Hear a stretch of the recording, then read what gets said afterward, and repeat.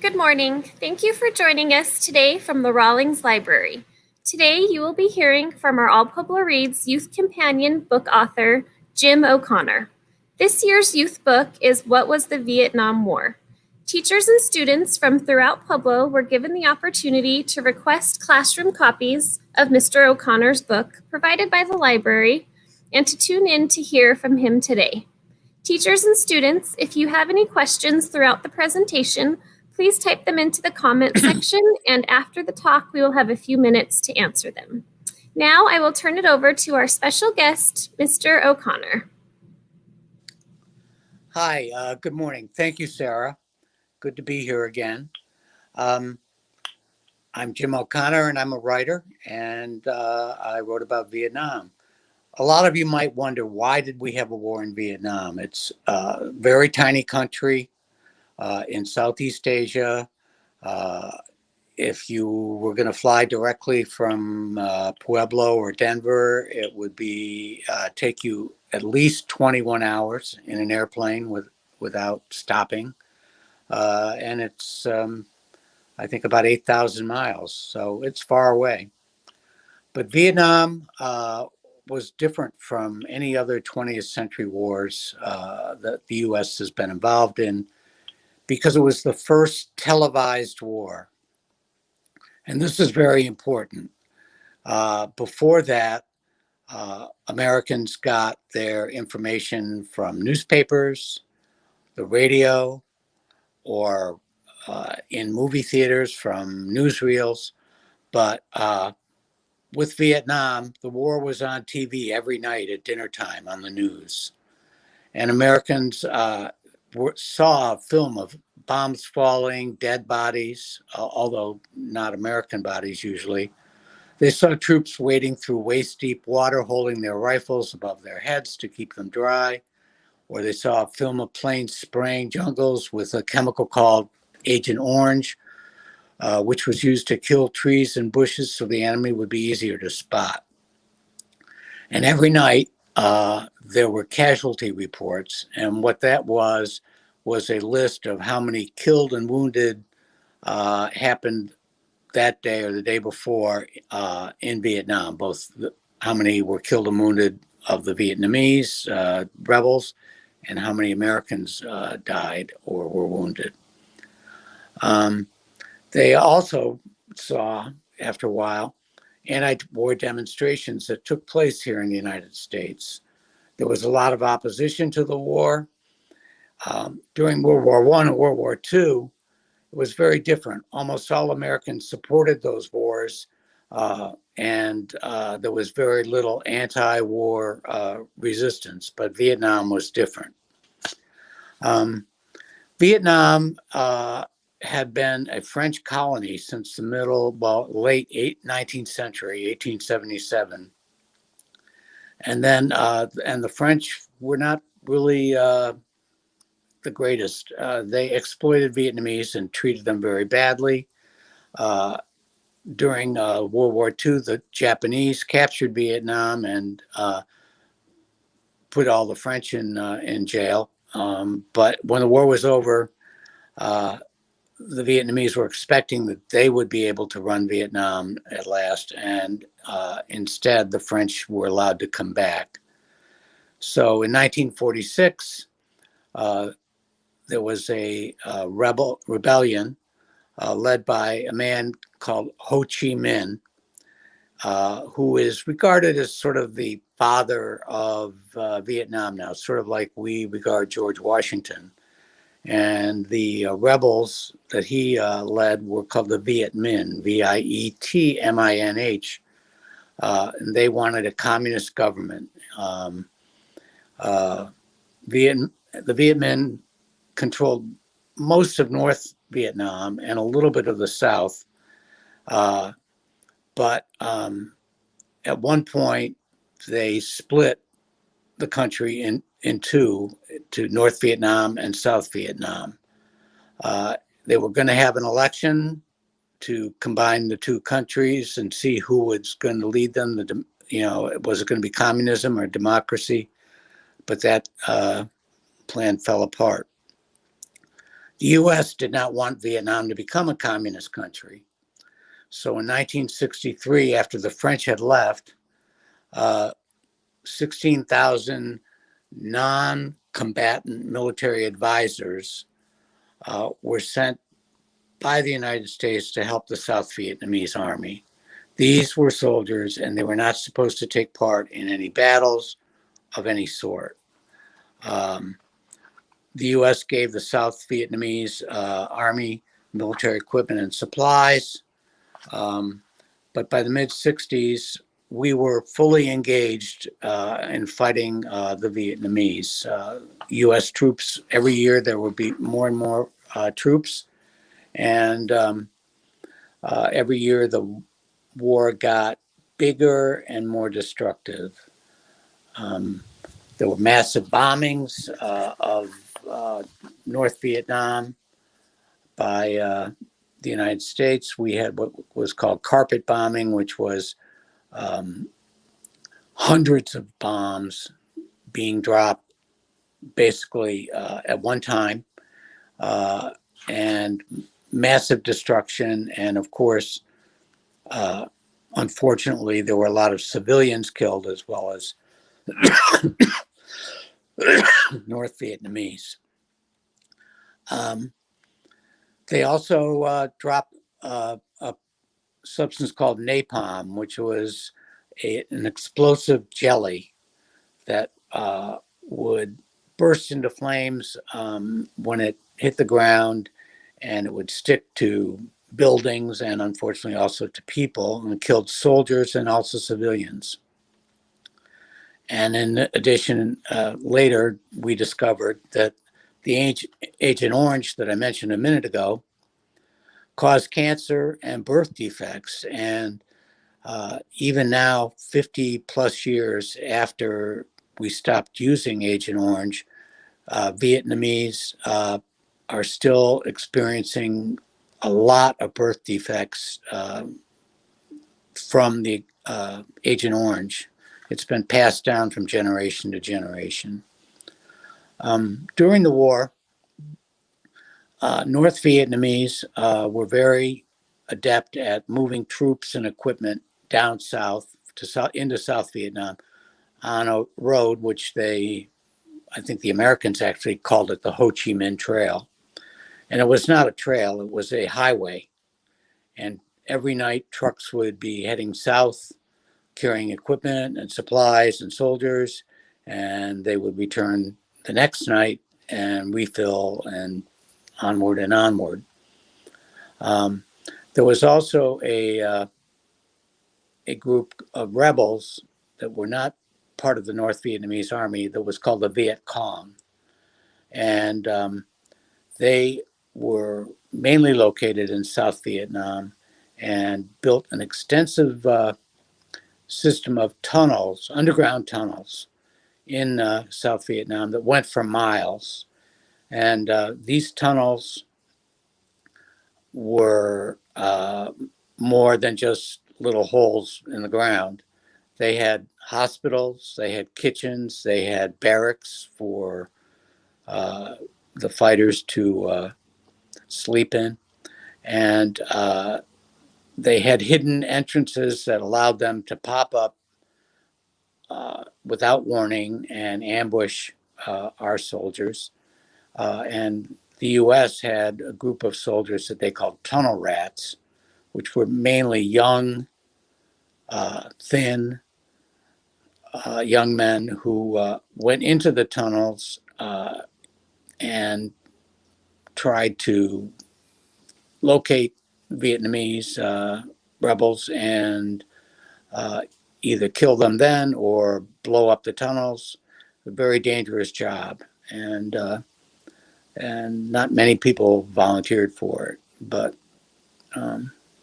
that was one way we were fighting the war. If you go to Vietnam now, you can visit some of the tunnels near Saigon, and you can go through a very short stretch of the tunnels and see what it was like to live there and be there. And it was not great, believe me. It was very, very claustrophobic, which means it was hard to be there. The South Vietnamese civilians, many of them helped the North Vietnamese Army and the Viet Cong by providing them with information, places to hide, and holding weapons for them, because even in South Vietnam there were a lot of Vietnamese that did not want to be occupied by any foreign country, whether it was us or the French. So the turning point of the war was actually in January 31st, 1968. This is the Vietnamese New Year's, which goes for 8 days, and it's called Tet. And so on the first day of Tet, the Vietnamese and Viet Cong launched a series of coordinated attacks throughout South Vietnam. They hit every major city and many, many other minor cities, and also military installations. There were attacks in Saigon, where they actually got into the U.S. Embassy compound for a short period of time. And then other cities, Da Nang, which was a big airfield for us, Cam Ranh Bay, which was a huge port for us, and the historic city of Hue, which had been the capital of Vietnam hundreds of years ago and was regarded as sort of a sacred city. It's on a river that's called the Perfume River, which I always have thought was very nice name.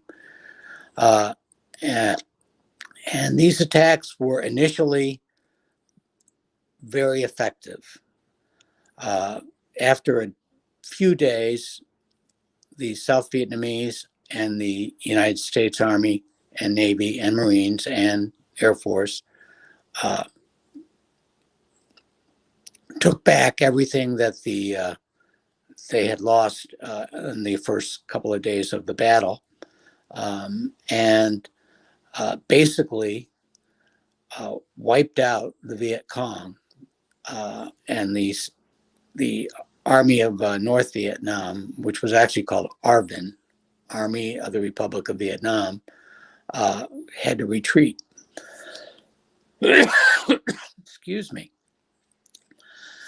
Meanwhile, anti-war sentiment was really growing in the U.S., and eventually politicians like the president, Lyndon Johnson, and other pro-war peoples came to realize that this war could go on for many, many, many years. So it was going to be no quick solution. During the 1968 Democratic Convention in Chicago, there were massive riots and battles between anti-war demonstrators and the Chicago Police Department. And these were televised too, and I think contributed to some more anti-war feeling here in America, in the United States. So 1968 was what they call the high water point of U.S. involvement in Vietnam. That's when the most soldiers were there. Beginning in 1969, every year the U.S. reduced the number of troops that were there, and meanwhile we're negotiating with the Vietnamese, North Vietnamese, not in Hanoi, in Paris. The South Vietnamese refused to take part in the negotiations because they did not want to acknowledge the North Vietnamese as a legitimate government.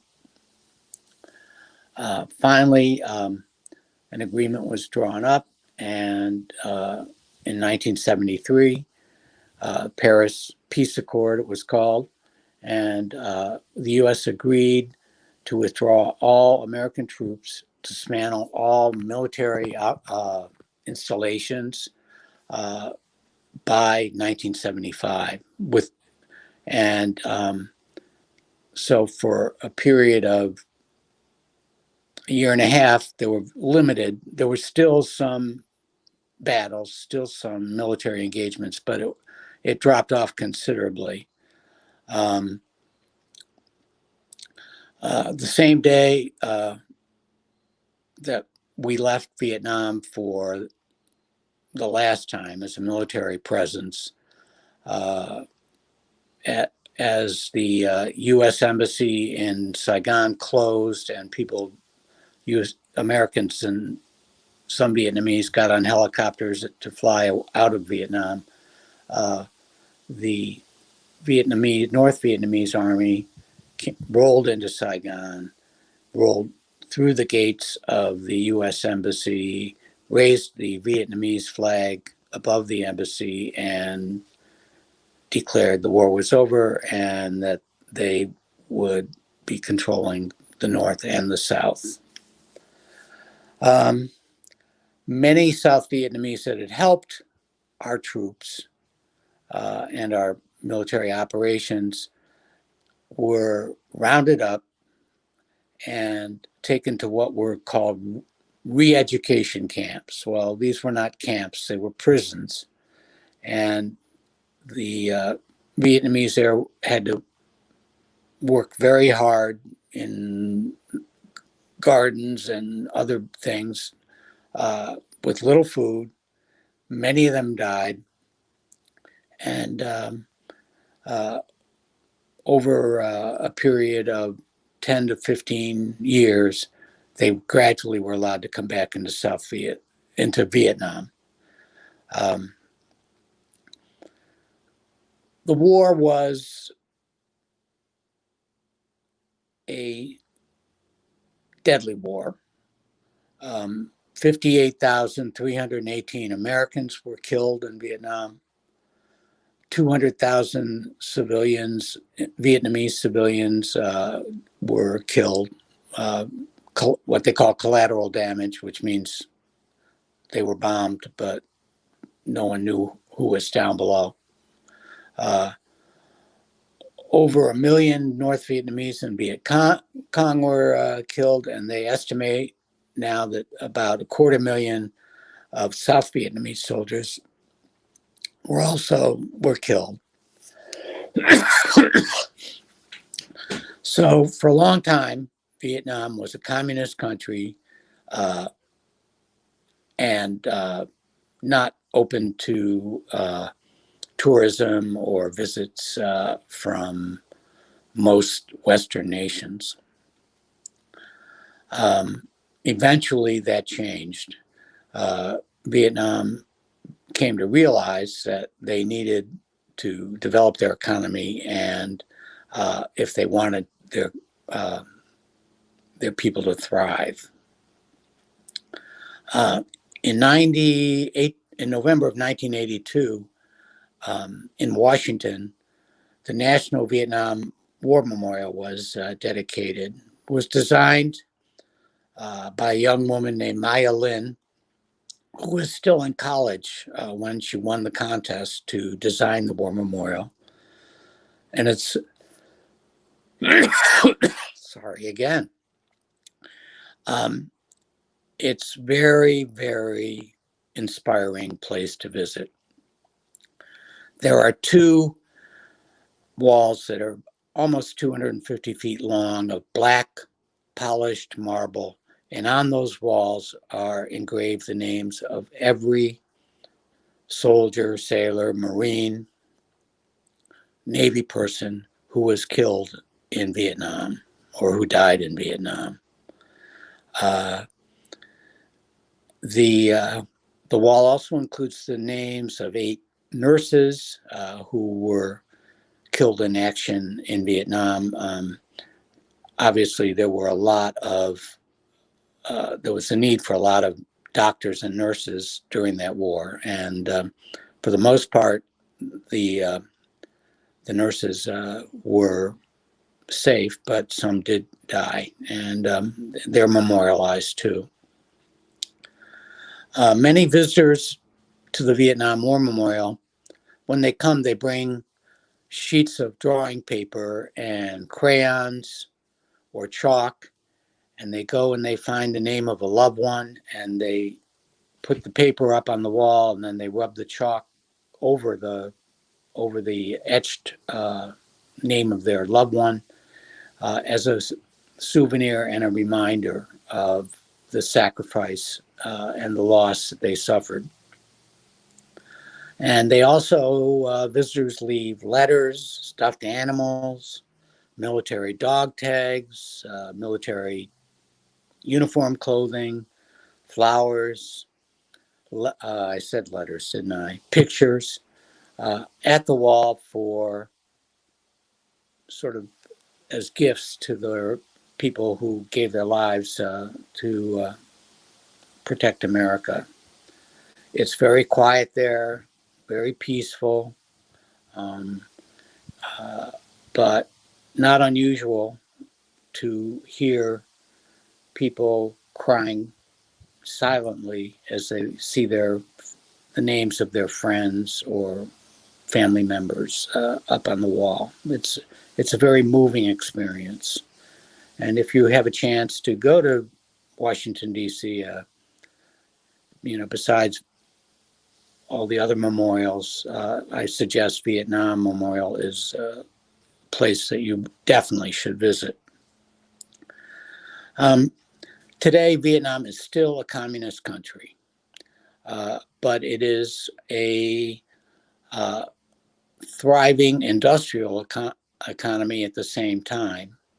I visited Vietnam eight years ago, and we started in Hanoi and ended up in Saigon. So we went from north to south, visiting many of the spots that were war, locations of battles. And but the first morning in Hanoi, my wife and I went out for a walk, and we walked by a parking garage, and in the parking garage was a white Rolls Royce, which is not a communist kind of thing, but indicative of where Vietnam is now.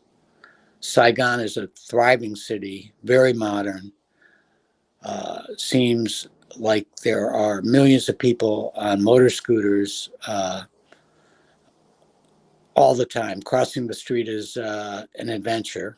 And the Vietnamese told us, don't look at the people who are riding the motorcycles, because if you just keep walking, they'll swerve around you. But if you stop and look at them, they won't know what to do.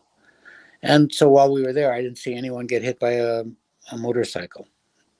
So, as I said, it's a wonderful, it's a beautiful country, and the people are unfailingly polite, and to Americans and to anyone who visits, I guess, really, but especially to Americans, because many of the people that go there are people who fought in Vietnam in the 60s and 70s, and they've gone back to see where they were and to try and process how they feel now.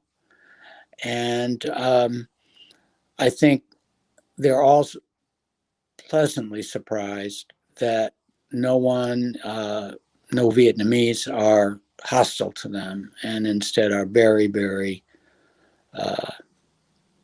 friendly. That's about all I've got to say right now, but I'm looking forward to your questions, and feel free. Thank you.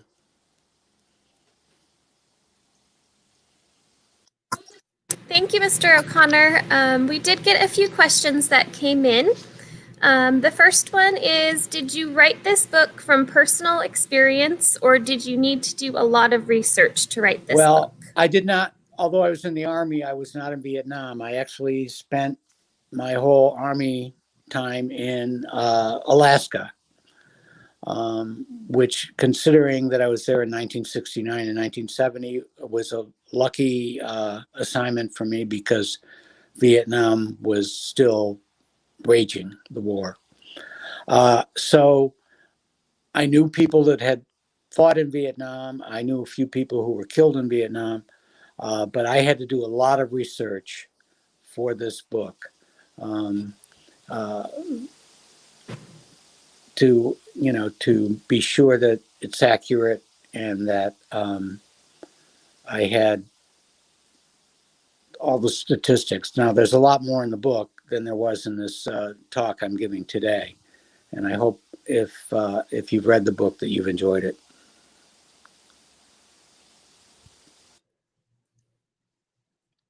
Thank you. Our next question is, were there any lessons learned from the Vietnam War? Wow.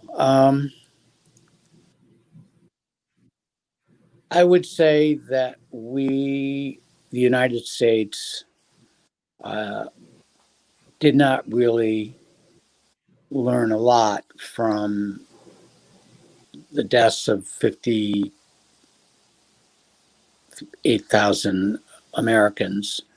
We still get involved in wars in other parts of the world where, say, Afghanistan or Iraq or Syria, that are ongoing, endless, and dangerous, and basically accomplished nothing. So I don't think we did learn much from the Vietnam War.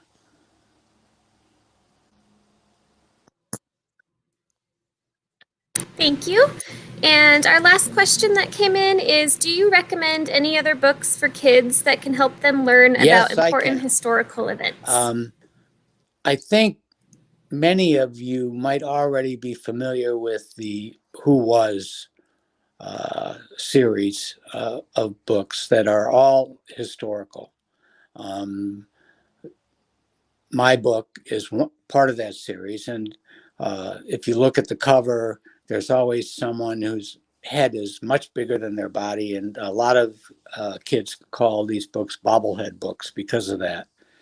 And they cover famous people, famous places, like the Grand Canyon, and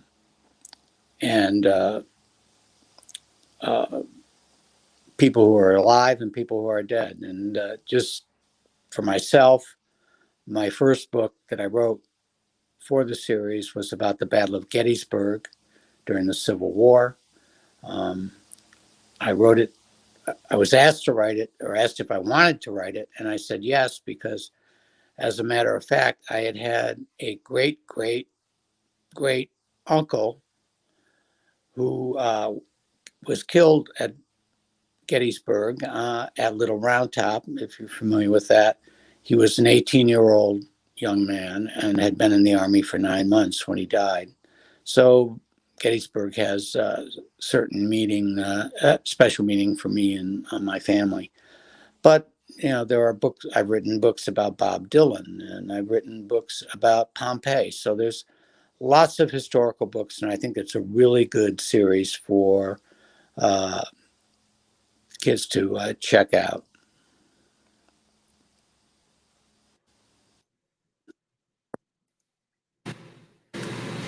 Well, that concludes the questions portion of the program. We just want to give a very special thanks to you, Mr. O'Connor, for joining us today and for sharing with all of our teachers and students about your book and about the Vietnam War. We really appreciate having you as part of our All Pueblo Reads project. And again, thank you so much for being here with us, Thank you for virtual having and me. live today. It's been very good. Thank you so much. Bye-bye. Thank you.